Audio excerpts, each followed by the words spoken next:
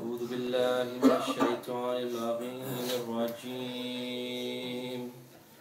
بسم الله الرحمن الرحيم.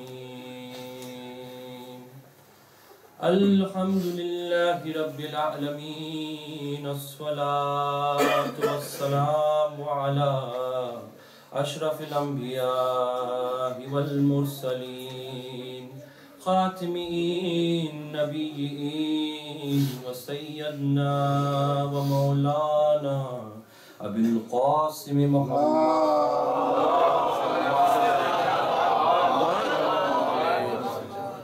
الصلاة والسلام على أهل بيت طيبين الطاهرين المعصومين المظلومين الذين أذهب الله عنهم الرجس وأهل بيتي ويطهركم تطهيرا.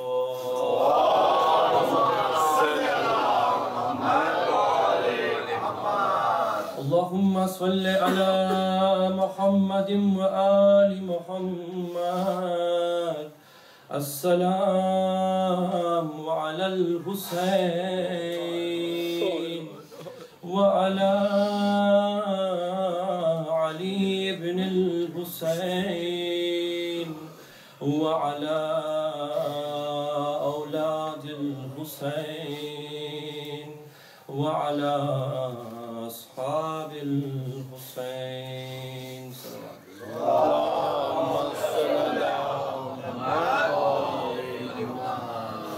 تمام تعریف اس رب ذوالجلال کی جو عالمین کا رب ہے، جس نے مجھے خلق کیا، جس نے آپ کو خلق کیا. دنیا کی کوئی سی بھی شے ہو اس کا مالک. اور رب ذوالجلال چاہتا ہے میرا مخلوق مجھے پہچانے، اور اپنے آپ کو پہچانوانے کے لیے پروردگار عالم نے کئی طریقے نکالے ہیں. اور جب پروردگار عالم نے مخلوق کو خلق کیا، ہر مخلوق کا پہچاننے کا انداز اپنے رب کو الگ الگ بنایا. اگر آپ سارے مخلوقات کو کلاسیفائی کریں گے ڈیفرنٹ کیٹیگوریز کے اندر، تو جو مین کیٹیگوریز بنتی ہیں مخلوقات کی جو پروردگار عالم نے خلق کی ہیں، سب سے پہلے فرشتے، انسان اور جانور. جب پروردگار عالم نے فرشتوں کو خلق کیا تو فرشتوں کے اندر وہ چیزیں صفتیں عطا کی جو پروردگار عالم نے باقی مخلوقات کے اندر نہیں عطا کی. تو فرشتوں کو جب خلق کر رہا تھا تو پروردگار عالم نے فرشتوں کے اندر صرف دانائی موجود رکھی کہ پروردگار عالم نے کہا کہ فرشتے اللہ کے حکم کے بغیر اپنے پر تک نہیں ہلا سکتے. فرشتے اللہ کی مرضی کے بغیر کچھ کام انجام نہیں کر سکتے. صرف اللہ کی حمد و ثنا کے لیے فرشتوں کو خلق کیا گیا. اور جیسے پہلے میں بھی بتا چکا ہوں، اس بات کو ریپیٹ کرنا بہت ضروری ہے، یہ کریکشن کرنا کہ فرشتے غلطی کر ہی نہیں سکتے. تو شیطان فرشتہ نہیں تھا، فطرس فرشتہ نہیں تھا، اس لیے فرشتے غلطی کر ہی نہیں سکتی. اللہ تعالیٰ نے ان کی ذات ایسی ہی بنائی ہے کہ وہ صرف نیک کام اور اللہ کی حمد و ثنا اور دانائی پیش کر سکتے ہیں. تو یہ فرشتے ہیں. جب اللہ تعالیٰ جانور کو خلق کر رہا تھا تو جانور کے اندر بے لگامی دی، وائلڈنس، مرضی. جانور جب چاہے اٹھتا ہے، جب چاہے بیٹھتا ہے، جب چاہے کھاتا ہے، جب چاہے پیتا ہے، جو اپنی مرضی سے کرنا چاہے. جانور کے اندر ڈیزائر ہے. تو جب پروردگار عالم فرشتوں کو خلق کر رہا تھا، فرشتوں کے اندر جو چیزیں عطا کی وہ چیزیں ان نے جانور کے اندر نہیں عطا کی، اور جو صفتیں، جو کیریکٹرسٹکس ان نے جانور کے اندر عطا کی وہ کیریکٹرسٹکس ان نے فرشتوں کے اندر نہیں عطا کی. لیکن جب پروردگار عالم انسان کو خلق کر رہا تھا، اور انسان کو جب خلق کر رہا تھا، جو چیزیں انہیں فرشتوں کے اندر شامل کی وہ چیزیں انہیں انسان کے اندر بھی شامل کی.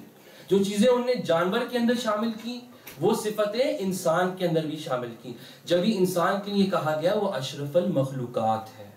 اس لیے انسان کے اندر یہ مرضی ہے، اس کے اندر یہ موقع ملتا ہے کہ وہ میں کون سے راستے پہ چلوں، بے لگامی کے راستے پہ چلوں یا دانائی کے راستے پہ چلوں. تو اللہ تعالیٰ نے اتنا انٹلیکٹ دیا ہے انسان کو کہ وہ اپنا راستہ چنے. تو اگر میں یہ عرض کر رہا تھا کہ پروردگار عالم چاہتا ہے کہ میرا مخلوق مجھے پہچانے، اگر اپنے آپ کو پہچانوانا چاہے ہے تو پروردگار عالم ایک ٹیچر ہے ہم لوگوں کے. پروردگار عالم نے ہم کو کچھ سکھانا چاہا تو کس انداز سے سکھانا چاہا. پروردگار عالم جب بھی کسی اپنے مخلوق کو کچھ سکھاتا ہے تو بغیر مثال کے نہیں سکھاتا. اگر کچھ چاہتا ہے کہ میرا مخلوق کچھ حاصل کرے تو اس حاصل کرنے کے لیے پروردگار عالم اس کے سامنے ایک مثال پیش کرتا ہے. تو ایز اشرف المخلوقات ہماری کیا ذمہ داری بنتی ہے کہ ہم کیا سیکھیں اور اپنے رب کو کیسے پہچانیں. اور پروردگار عالم نے تاریخ کے اندر کیسے مخلوقات کو سکھایا ہے کہ کام کیسے کرتے ہیں. مثلاً آدم کی زندگی کے اندر جب آدم اور حوا کی اولاد ہوئی اور آدم اور حوا کے دو بیٹے ہوئے حابیل اور قابیل. جب دونوں بیٹے کھیلتے تھے بڑے ہوتے ہوتے ایک بیٹے کے دل کے اندر دوسرے بھائی کے لیے حسد پیدا ہو گئی. اب جب حسد پیدا ہو گئی اس نے اپنے دوسرے بھائی کو حسد میں مار دیا.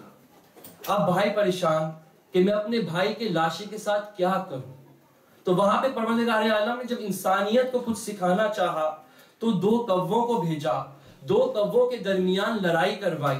ایک کوے نے دوسرے کوے کو مار ڈالا اور پھر اس کے بعد دوسرا کوا جو زندہ کھڑا تھا اس نے زمین کے اندر قبر کھودی اور دوسرے کوے کو دفنا دیا. یہاں پہ پروردگار عالم انسانیت آدم کی اولاد کو دکھا رہا تھا, سکھا رہا تھا مثال کے ساتھ. تو پروردگار عالم ہمیشہ مثال کے ساتھ سکھاتا ہے. تو اگر ہمیں اشرف المخلوقات کہا گیا تو ہم اشرف المخلوقات کیسے بن کے دکھائیں. پروردگار عالم نے کیسی مثالیں ہمارے سامنے بھیجی ہیں جو ہم ان سے سیکھ کے اپنے آپ کو اشرف المخلوقات کی منزل پر لے کے آئیں. پروردگار عالم نے اگر اشرف المخلوقات کو سکھانا چاہا ہے تو ان کو اشرف المخلوقات کو سکھانے کے لیے سب سے بہترین مثال بھیجی محمد و آل محمد. تو حضرت امام حسین محمد و آل محمد ہمارے لیے ایک رول ماڈل ہے. زندگی کا طریقہ کیسے جیتے ہیں, کیسے اٹھتے ہیں, کیسے بیٹھتے ہیں, کیسے کھاتے ہیں, کیسے پیتے ہیں, کیسے سوگ مناتے ہیں, کیسے خوشیاں مناتے ہیں, یہ ساری چیزیں محمد و آل محمد ہمیں سکھا کے گئے ہیں. اور اکثر ہمارے ذہنوں کے اندر یہ چیز بیٹھ چکی ہے کہ جب ہم کوئی مثال ان سے ملاتے ہیں کہ امام نے فلاں ایسا کیا, امام کا رویہ ایسا تھا, تو ہمارے بڑے بھی بہت عام طور سے یہ آسانی سے کہہ دیتے ہیں ان سے کیا مقابلہ, وہ تو امام تھے, ہم ان سے کیسے مقابلہ کر سکتے ہیں. لیکن یہ غلط سوچ ہے. اس لیے پروردگار عالم نے محمد و آل محمد کو پورا اختیار کے ساتھ اس کائنات میں بھیجا, اور اس کائنات میں جب آئے تو انہوں نے اپنا اختیار کتنا استعمال کیا دنیا کو دکھانے کے لیے کہ اگر ہم اس دنیا میں اختیار کے ساتھ عام لوگوں کی طرح زندگی گزار سکتے ہیں, عام لوگوں کی طرح زندگی جی سکتے ہیں, تو ہمارے لیے ایک ایگزامپل بن کے یہ دکھایا ہے. اگر کربلا کے اندر امام حسین پر ظلم و ستم ہو رہے تھے تو جب ایک واقعہ ایک ذہن میں آتا ہے, جب امام علی کا دور چل رہا تھا اور ان کو کربلا سے گزرنا ہو رہا تھا تو وہاں پہ فوج اشکیا نے امام علی کی فوج پہ پانی بند کر دیا تھا. جہاں پہ امام علی مولا کائنات کے خیمے کے اندر ایک اصحاب آتا ہے اور کہتا ہے یا علی مالک کوثر ہمارے سامنے بیٹھے ہوئے ہیں, ایسا ہو سکتا ہے کہ مالک کوثر ہمارے سامنے ہو اور ہم لوگ پیاسے مر جائیں. تو جہاں پہ امام علی نے جیسے یہ سنا تو اپنے بیٹے حسین ابن علی کو بلایا خیمے کے اندر, حسین کے ہاتھ میں تلوار دی اور کہا کہ جاؤ فتح کرو پانی پہ. امام حسین نے پانی پہ فتح کیا. سوچنے والی بات اس واقعے سے ہمیں کیا پتہ چلتا ہے کہ اگر 61 ہجری کی کربلا کے اندر اگر اللہ کی مرضی ہوتی, اگر وہ اپنا اختیار استعمال کرنا چاہتے تو اس وقت بھی پانی پہ فتح ہو سکتا تھا, لیکن نہیں, وہاں پہ اللہ کی مرضی نہیں تھی. تو حضرت امام حسین پروردگار عالم ہمیشہ ہمیں مثال سے دکھاتے ہیں. تو محمد و آل محمد ہمارے لیے مثال ہے. جب بھی میں نے چاہا کہ اس ایام عزا کے دن کے اندر مجلس عزا ایک ہمارے لیے ایک مثال ہے, ایک اسلام کی بنیاد ہے کہ یہ فرش عزا جس پہ ہم آ رہے ہیں, ہم کیوں پچھلے سال 25 سفر کو جب عظمت اور احترام فرش عزا پر موضوع رکھا تھا تو میرا موضوع احترام اور فرش عزا پر تو نہیں ہوگا لیکن تاریخ عزا, کہ یہ عزا ہے, آج کیسے ہے, کیوں ہے, ہم یہ عزا منا رہے ہیں, تو ہم یہ کیوں منا رہے ہیں. یہ عزا ہم صرف اس لیے منا رہے ہیں کہ صرف رسول کے نواسے تھے, رسول کی محبت میں ان کے نواسے کو مارا گیا تو ہم ان کے محبت میں یہ غم منا رہے ہیں. نہیں, اس عذاب اس فرش پہ آ جانا, اس کی فضیلت اور اس کی وجہ اور اس کی ہسٹری کیا ہے.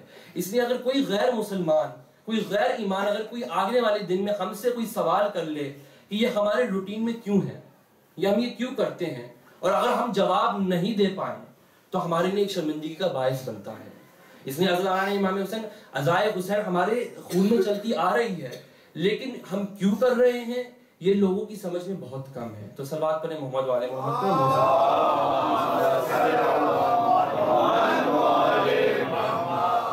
تو عزا مناتے ہوئے دو طریقے ہوتے ہیں. عزا آج کل کے زمانے میں ایک عزا ہم روٹین سے منا رہے ہیں کہ ہر سال محرم آتا ہے، سب سیاہ لباس نکالتے ہیں، عزا خانے سجائے جاتے ہیں، مجلسوں کی تاریخیں طے کی جاتی ہیں کہ اس فلاں تاریخ پہ مجلس ہوگی، لیکن ہم یہ روٹین سے کر رہے ہیں.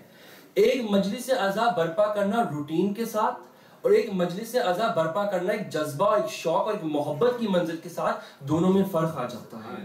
تو اگر ہمیں یہ سوچنا چاہیے کہ ہم اگر مجلس برپا کر رہے ہیں، مجلس میں شرکت کر رہے ہیں، مجلس میں تبرک میں حصہ لے رہے ہیں، تو یہ تمام چیزیں ہمیں سوچنی چاہیے کہ ہم یہ ایک روٹین کے ساتھ کریں کہ ہم برسوں سے کرتے چلے آ رہے ہیں تو اس لیے ہم کر رہے ہیں، کیا ہم اس لیے کر رہے ہیں اس لیے ہماری ذمہ داری یا ہماری رسپانسبلٹی ہے کرنا. یہ سوچنے والی بات ہے. ہمیں روایت میں ملتا ہے کہ ہم مجلسوں میں آ جاتے ہیں. بہت سارے چھٹے امام سے لوگوں نے کہا کہ یا ابن رسول اللہ، ہم مجلس میں آتے ہیں، ذاکر مسائب پڑھ رہا ہوتا ہے، لیکن ہمارے آنکھوں میں ایک بھی آنسو نہیں نکلتا. تو وہاں پہ چھٹے امام نے کہا کہ تمہارے آنکھوں میں اس لیے آنسو اس لیے نہیں نکل رہے کہ تمہارا دل گناہوں سے بھرا ہوا ہے. اور صرف اتنا ہی نہیں کہ تم یہاں پہ اس لیے آ رہے ہو اس لیے تمہارے ماں باپ تمہیں یہاں پہ لے کے آ رہے ہیں، تم یہاں پہ اس لیے آ رہے ہو اس لیے تم یہاں پہ ہر سال چلتے آ رہے ہو، یہاں پہ تم یہاں پہ اس لیے آ رہے ہو اس لیے تمہارا دل چاہ رہا ہے یہاں پہ آنے کا. ایک لگاؤ سے مجلس میں شرکت کرنا، اس کی مزہ کچھ اور ہوتا ہے. اور ایک روٹین کے ساتھ کہ سب لوگ جا رہے ہیں تو ہم بھی چلے آئیں، وہاں پہ تبرک بھی ملے گا. تو اس کے تقدس کا اور اس فرش عزا کی اہمیت کا خیال کرنا ہماری بہت بڑی ذمہ داری بنتی ہے، خاص طور سے ان ایام کے اندر. اس لیے جو یہ 2 مہینے 8 دن ہمیں ملتے ہیں، یہ ہمیں اپنے آپ کو ریفریش کرنے کے لیے ملتے ہیں کہ ہم اپنے ایمان کو، اپنی سوچ کو، اپنی سمجھ کو، اپنے تقوی کو اس میں ہم لوگ پریکٹس کریں. جو باقی 10 مہینے گزریں گے تو ہم اس میں اپنائیں. تو حضرت امام حسین جو یہ ایام عزا کے دن ہیں، ہم یہ کوئی نئی بات نہیں ہے، ہماری بنائی ہوئی شریعت نہیں ہے. یہ عزا کی تاریخ کہاں سے شروع ہوئی اور ہم یہ کیوں کرتے ہیں؟ صرف امام حسین کی عزا نہیں، لیکن ایک انسان دوسرے انسان کی عزا کیوں مناتا ہے؟ اگر اللہ تعالیٰ نے ہمیں اشرف المخلوقات کہا ہے تو ہمارے اندر وہ چیز ہے جو تمام مخلوقات کے اندر نہیں ہے. اور اس اتنی مرضی کے باوجود کہ ہم دانائی بھی کر سکتے ہیں اور ہم بے لگام بھی بن سکتے ہیں، اتنی مرضی کے باوجود ہمارے دل کے اندر غم حسین کے آنسو آ جاتے ہیں. اس کی وجہ کیا ہے؟ کسی کو رونا ہم کیسے روتے ہیں؟ اور ہم عزا کی تاریخ دیکھیں، ویسے عزا کی تاریخ اگر دیکھی جائے تو یہ بہت بڑی تاریخ ہے، بہت پیچھے ہسٹری میں جانا پڑے گا. لیکن اگر میں آپ کے سامنے کچھ واقعات پیش کروں، جیسے حضرت آدم اور بی بی حوا، جیسے میں نے عرض کیا کہ حابیل کو مار دیا گیا، جیسے حابیل کو مارا، آدم اور حوا کو جیسی اطلاع ملی کہ ان کا جوان بیٹا مر گیا تو ان کو اتنا صدمہ ہوا، اتنے آنسو بہائے آدم اور حوا نے اپنے بیٹے کی جدائی میں، اپنی بیٹی کی موت پہ، کہ روایت میں ملتا ہے کہ آدم اور حوا کے آنسو ایک بہتے ہوئے دریا بن گئے تھے. یہ عزا کی تاریخ ہے. آدم اور حوا نے اپنے بیٹے کا سوگ منایا، اپنے بیٹے کی عزا منائی. اتنا ہی نہیں، جب حضرت یعقوب کا دور آیا، حضرت یعقوب کو جیسی اطلاع ملی کہ ان کا بیٹا مارا گیا، یوسف مارا گیا، اپنے بیٹی کی جدائی میں اتنے آنسو بہائے حضرت یعقوب نے کہ روایت میں ملتا ہے کہ یعقوب کی آنکھیں سفید ہو گئیں، یعقوب کی آنکھوں کی بینائی چلی گئی. تو یعقوب نے اپنے بیٹے کا غم منایا، یعقوب نے اپنے بیٹی کی عزا منائی، بیٹے کا سوگ منایا، بیٹے کا ماتم کیا. تو حضرت امام حسین اتنا ہی نہیں، ہمیں، اور صرف ہم شیعہ حیدر قرار نہیں، اہل سنت کی کتابوں کے اندر بھی موجود بہت ساری روایتیں موجود ہیں کہ جہاں پہ کہا ہے صرف رسول نے نہیں لیکن صحابہ نے بھی عزا اور سوگ منائے ہیں اپنے عزیزوں کے. تو روایت میں ملتا ہے کہ جب رسول کے چچا ابو طالب اور رسول کی زوجہ خدیجہ الکبریٰ اس دنیا سے رخصت ہو گئے تھے تو رسول نے پورے سال تک ان کا غم منایا، ان کی عزا منائی. یہاں تک پوری مسلمان امت نے، صرف شیعہ حیدر قرار نہیں لیکن تمام اس وقت مسلمان امت ایک ہی تھی، پوری مسلمان امت نے اس سال کا نام عام الحزن رکھ دیا، کہ انگلش میں کہا جاتا ہے the year of grief. وہ سال جس میں غم سب سے زیادہ منایا گیا اور جو رسول نے خود منایا، دنیا کو بتایا کیسے منایا.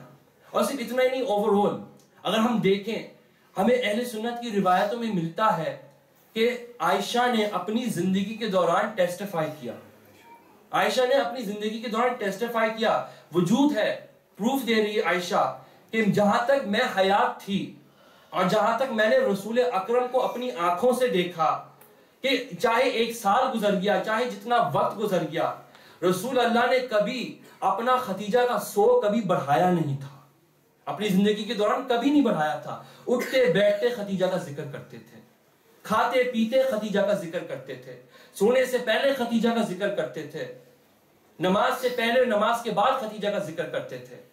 یہ محبت تھی رسول خدا کی۔ رسول اللہ نے دنیا کو بتایا اگر کسی سے محبت ہو اور وہ مر جاتا ہے، آپ کی دنیا سے رخصت ہو جاتا ہے، تو یہ رسول خدا کی سنت ہے جو ہم نے دیکھا دیکھی رسول کو دیکھا ہے کہ رسول نے خود دنیا کو سکھانا چاہے کہ عزا کیسے منائی جاتی ہے۔ صلوات پڑھیں محمد علیہ۔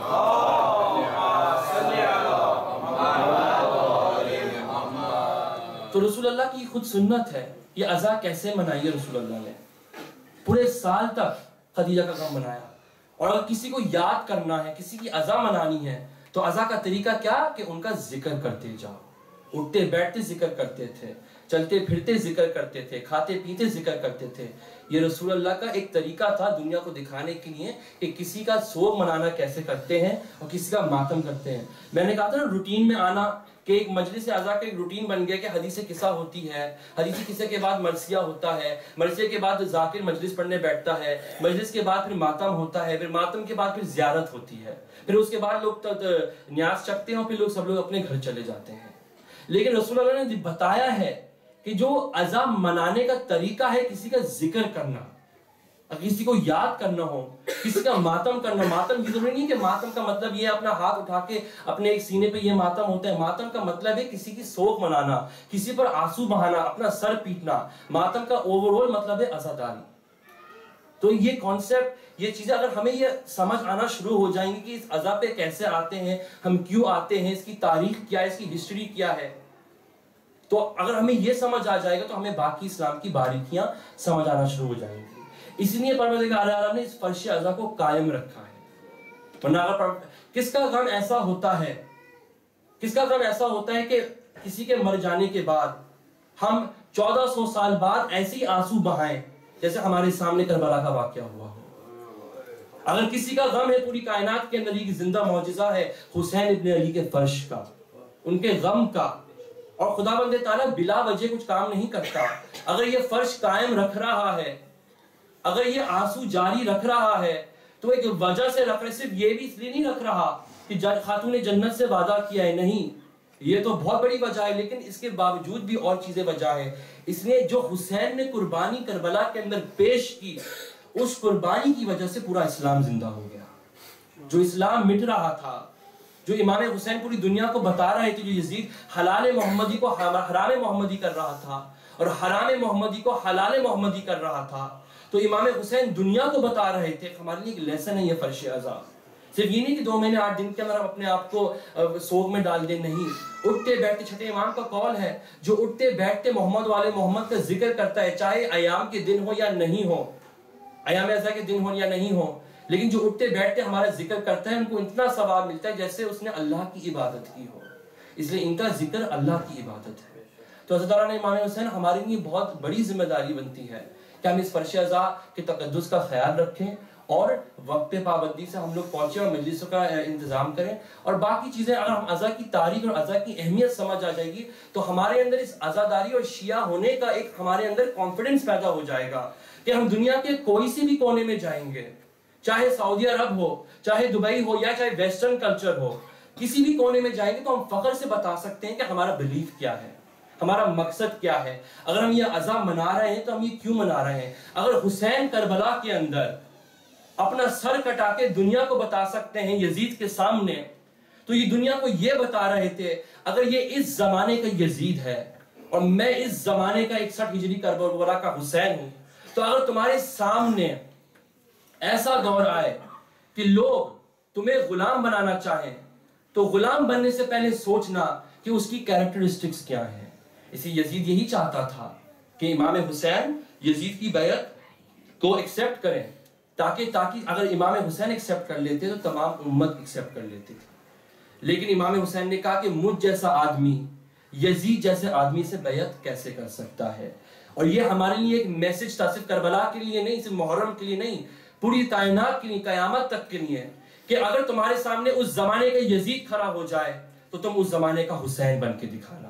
اور یہ بہت بڑی بات ہے. لوگ آسانی سے یہ کہہ دیتے ہیں کہ ہم حسین کیسے بن سکتے ہیں، امام حسین سے مقابلہ کیسے کر سکتے ہیں، لیکن یہ سوچ غلط ہے. اسے امام حسین وغیرہ ان لوگوں کو اس لیے تو بھیجا گیا، لوگوں کو دکھانے کے لیے کہ لوگ اخلاق کیسے سیکھیں، لوگ تقوی کیسے سیکھیں، لوگ عمل کیسے سیکھیں، لوگ ایمان کیسے اپنے اندر پیدا کریں. تو یہ تمام چیزیں ہمارے اندر ہونی چاہیے. صلوات پڑھیں محمد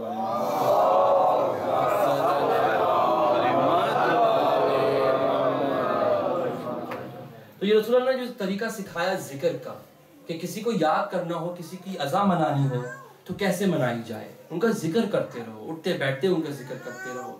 اور اسے کہتے ہیں کانگریگیشن انگلش میں، جو عربی میں ٹرانسلیٹ کیا جاتا ہے مجالس. لوگوں کا جمع ہونا، ایک آدمی ذکر کرنے والا ہو اور ایک آدمی سننے والا ہو.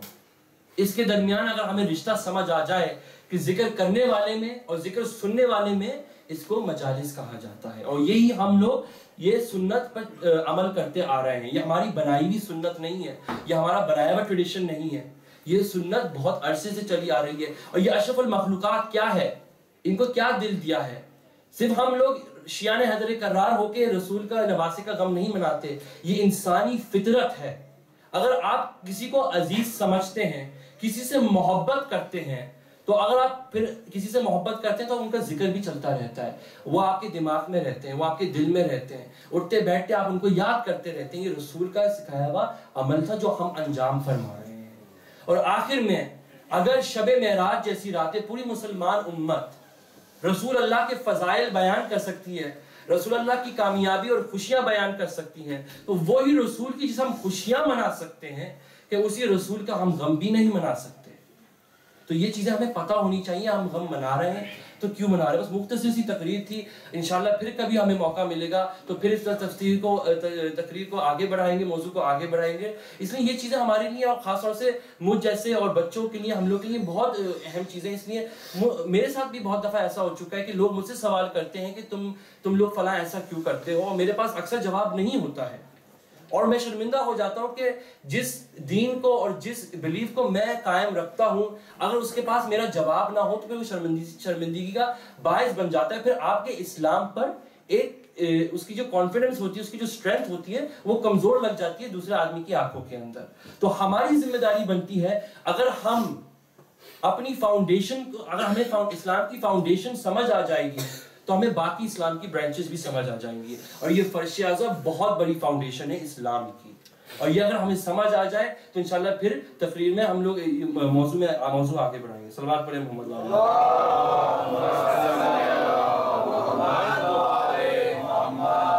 اور جو میں نے کہا کہ پروردگار عالم کسی کو سکھانا چاہتا ہے تو وہ مثال کے ساتھ سکھاتا ہے. تو اگر مثال کے ساتھ سکھایا تو کربلا کے میدان کے اندر امام کی نصرت کرنا اور امام کا ساتھ دینا ہم نے تمام شہداء کے اندر دیکھا. لیکن آج خاص ہماری مہمان جناب زینب ہیں. جناب زینب کا مرتبہ کربلا کے اندر بہت عجیب ہم نے مرحلے دیکھے ہیں، واقعے دیکھے ہیں کربلا کے اندر. یہ وہ بہن تھی جس نے اپنے بھائی کے ساتھ ہمیشہ ساتھ دیا. یہاں تک روایت میں ملتا ہے کہ جناب زینب سائے کی طرح اپنے بھائی کے پیچھے پیچھے چلتی تھی، سائے کی طرح اپنے بھائی کی طرح پیچھے پیچھے چلتی تھی. اور بھائی سے اتنی محبت تھی، اور یہ زینب کو ضرورت نہیں تھی دکھانے کے لیے یہ محبت. زینب خود محمد والے محمد ہے، زینب خود امام کی اولاد ہے، امام کی بہن ہے. تو یہاں پہ زینب کو کیا ضرورت تھی دکھانے کے لیے دنیا کو کہ امام کی نصرت کیسے کی جاتی ہے، امام سے وفاداری کیسے کی جاتی ہے. وہ ہمارے لیے مثال تھی جناب زینب، دنیا کو سکھانے کے لیے کہ حسین سے اور اولاد حسین سے بڑھ کر کوئی نہیں ہے. یہ جناب زینب کی قربانی تھی کربلا کے اندر، دنیا کو سکھانے کے لیے. زینب خود محمد والے محمد میں شامل ہے، لیکن دنیا کو بتا رہی ہے کہ امام کا رتبہ کیا ہے، شیر زہرا کا رتبہ کیا ہے، اولاد علی کا رتبہ کیا ہے۔ دنیا کو سکھانے کے لیے ہمارے لیے ایک مثال تھا۔ اور ہمیں روایت میں ملتا ہے یہاں تک کربلا کے واقعے کے بعد جب رہائی ملی تھی بی بی زینب کو، تو یہاں تک اتنی مصیبت کا پہاڑ ٹوٹنے کے بعد بھی شہزادی اپنے غم کو چھپاتی رہیں، اپنے سوگ کو چھپاتی رہیں، اور جب قید خانے کے اندر مجلس برپا ہو رہی تھی اور جب شہیدوں کے سر آ رہے تھے، تو ہمیں روایت میں ملتا ہے کہ جب حضرت علی اصغر کا سر آیا تو ام رباب آگے بڑھی اور ام رباب کو شام کی عورتوں نے پرسا دیا۔ یہاں پہ سب لوگ شہداء کے سر آتے جاتے تھے، بیویاں آگے بڑھتی جاتی تھیں، لیکن جناب زینب پر سلام ہو، جب اون و محمد کے سر آئے ہیں تو جناب زینب نہیں آگے بڑھی۔ مجلس عزا کا کیا سلسلہ تھا کہ ہمیشہ بیوی وارث آگے بڑھتی تھی، پرسا لیتی تھی، شام کی عورتیں پرسا دیتی تھی، زینب مصائب پڑھتی تھی، لیکن جب زینب کے دو لال کے سر آئے، زینب نے نہ مصائب پڑھے، زینب نے نہ پرسا لیا، نہ زینب آگے بڑھی پرسا لینے کے لیے۔ اور لیکن جب حسین ابن علی کا سر آیا تو زینب نے اپنے آپ کو زمین پر گرا دیا اور اپنے بھائی حسین کا ماتم کیا، بھائی حسین کا سر اپنے سینے سے لگائی۔ زینب تھی، جناب زینب کا مرتبہ۔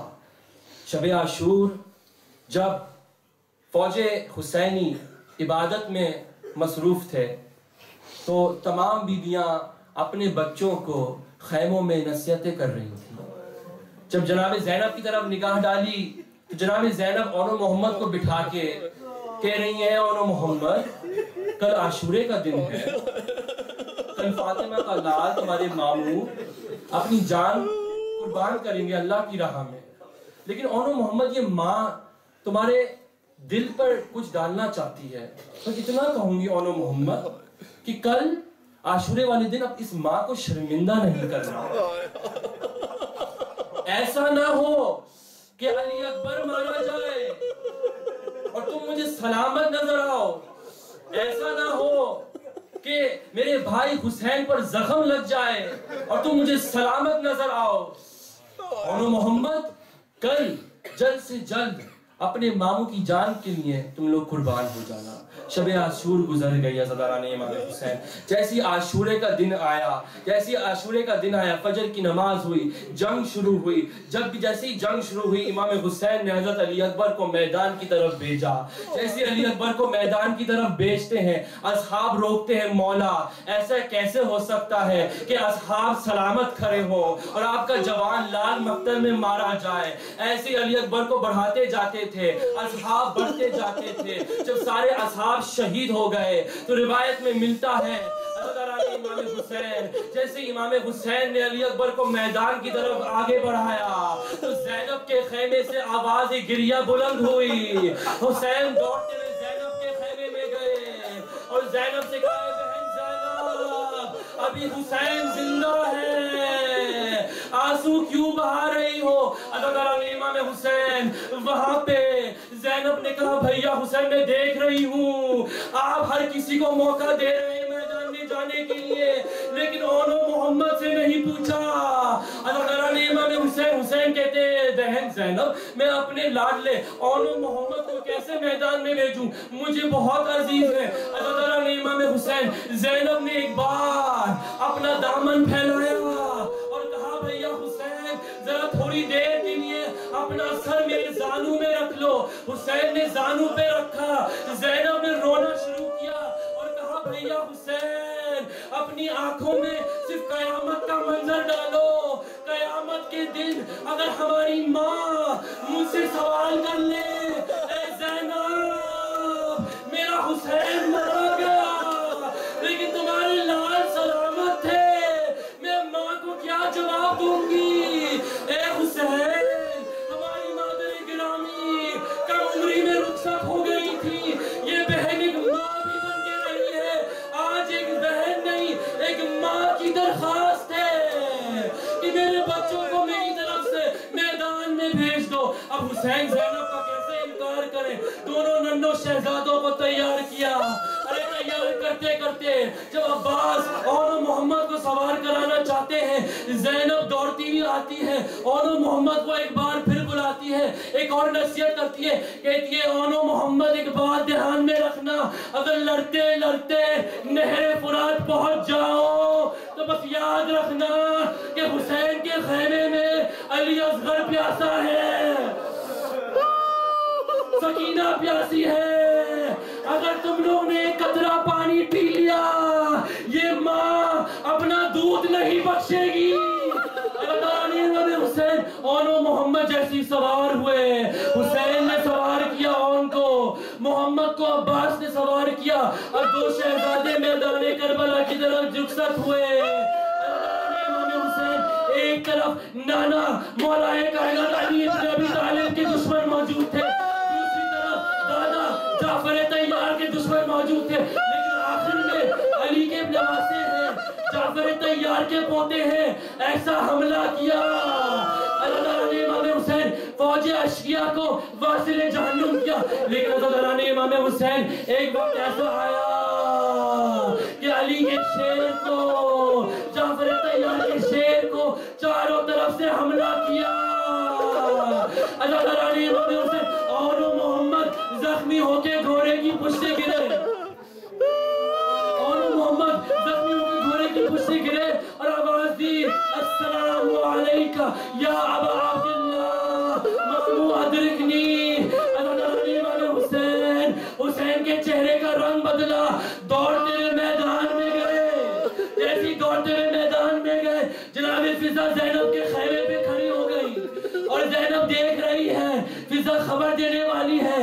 اللہ تعالیٰ نے امام حسین اور حضرت عباس نے اونو محمد کو اٹھایا، جیسی خیموں کی طرف لے کے جا رہے تھے، فضا کی نظر پڑی، زینب کو بولا ہے شہزادی مبارک ہو، آپ کی قربانی قبول ہو گئی۔ اللہ تعالیٰ نے امام حسین، اب حسین جیسی دو بچوں کے لاشیں لے کے آتے ہیں، تمام بیویاں حلقہ بنا لیتی ہیں، اونو محمد کا ماتم کرتی ہیں، لیکن زینب نظر نہیں آتی۔ حسین نے دیکھا زینب خیمے میں مصلی پہ شکر سجدہ کر رہی ہے، اللہ تعالیٰ نے امام حسین، تمام بیویاں ماتم کر رہی تھی، زینب نے ایک بھی آنسو نہیں بہایا، زینب نے ایک بھی آنسو نہیں بہایا۔ یہاں پہ حسین کھڑے اور حسین نے کہا زینب آج حسین نہیں کہہ رہا، تیرا امام کہہ رہا ہے، اپنے بچوں کی آخری زیارت کر لو۔ اللہ تعالیٰ نے امام حسین، زینب دو بچوں کے درمیان بیٹھ گئی اور قدم نکل چکا تھا، لیکن زینب نے غور کیا محمد کے لب ہل رہے تھے، ارے شہزادی نے جیسے ہی اپنا کان اور محمد کے لبوں کے پاس ڈالا تو ایک آواز آئی اماں ہم نے پانی نہیں پیا، آپ ہم سے خوش ہیں۔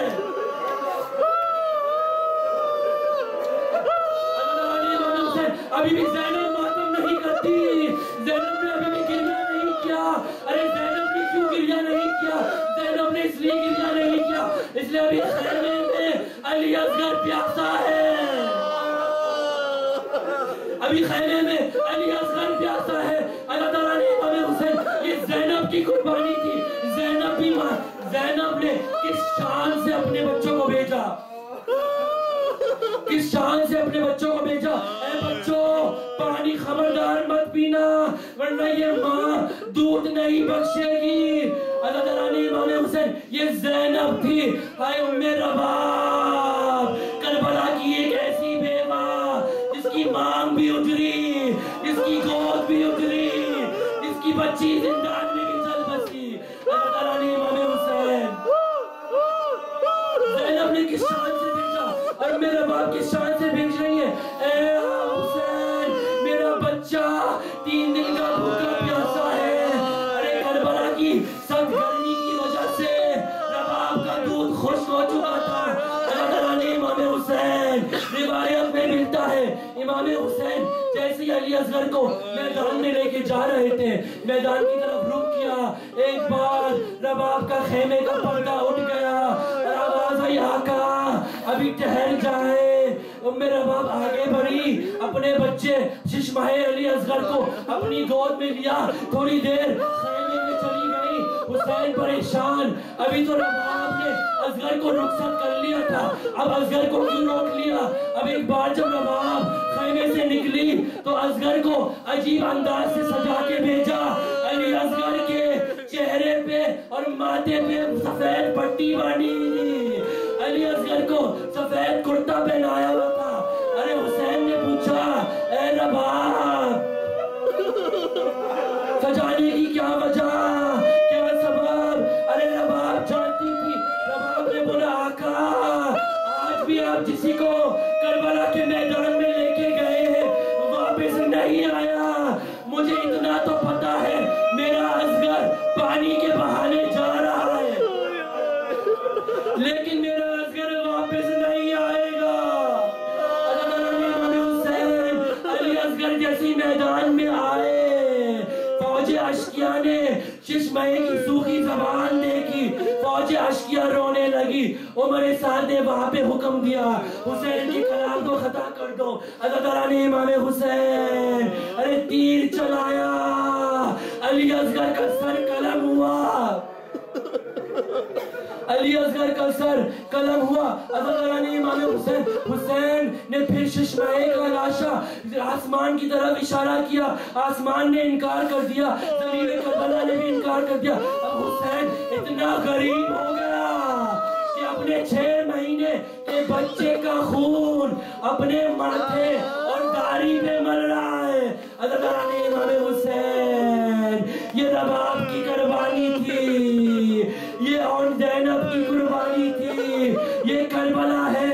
عزادارو آؤ مدینہ چلو، بعد شہادت واقع کربلا رباب علی اصغر کے بعد کبھی سائے میں نہیں بیٹھی، سائے میں نہیں بیٹھی۔ رباب نے ہمیشہ اگر نماز پڑھی تو دھوپ کے اندر پڑھی، کھانا کھایا تو دھوپ کے اندر کھایا۔ یہ رباب کا شوق تھا۔ ارے زینب کا شوق جو آج تک اپنے بچوں پہ ایک بھی آنسو نہیں بنایا، جب اپنے گھر زینب پہنچی ہے، جب اپنے گھر آخری جملہ زحمت تمام، جب زینب اپنے گھر پہنچی ہے تو جیسی اولو محمد کا حجرہ نظر آیا تو اپنے آپ کو 2 مسلوں کے درمیان گرا دیا۔ اتنے میں عبداللہ بن جعفر طیار آئے اور کہا، ضعیفہ تم کون ہو،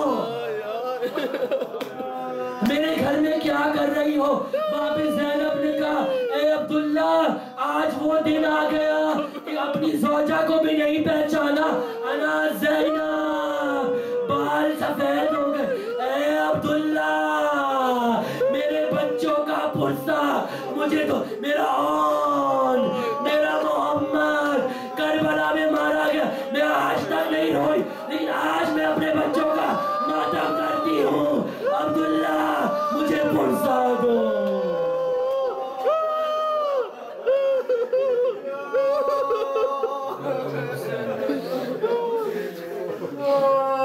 زینب یہ ہوا کرتی تھی، آگے تو کھولو، میں درد کی ماری ہوں، مصیبت میں پھنسی ہوں، جنگل میں لوٹی ہوں، میں درد کی ماری ہوں، مصیبت میں پھنسی ہوں، جنگل میں لوٹی ہوں، بے آس صدقے گئی تم آس نہ توڑو، اے انو محمد۔ زینب یہ ہوا کرتی تھی، آنکھیں تو کھولو، اے انو محمد۔ اس زادی اماں کے کھلے حال تو دیکھو، اے انو محمد۔ زینب یہ ہوا کرتی تھی، آنکھیں تو کھولو، اے انو محمد۔ ماں سکے گئی کا بھی تم دونوں کا کیا سن،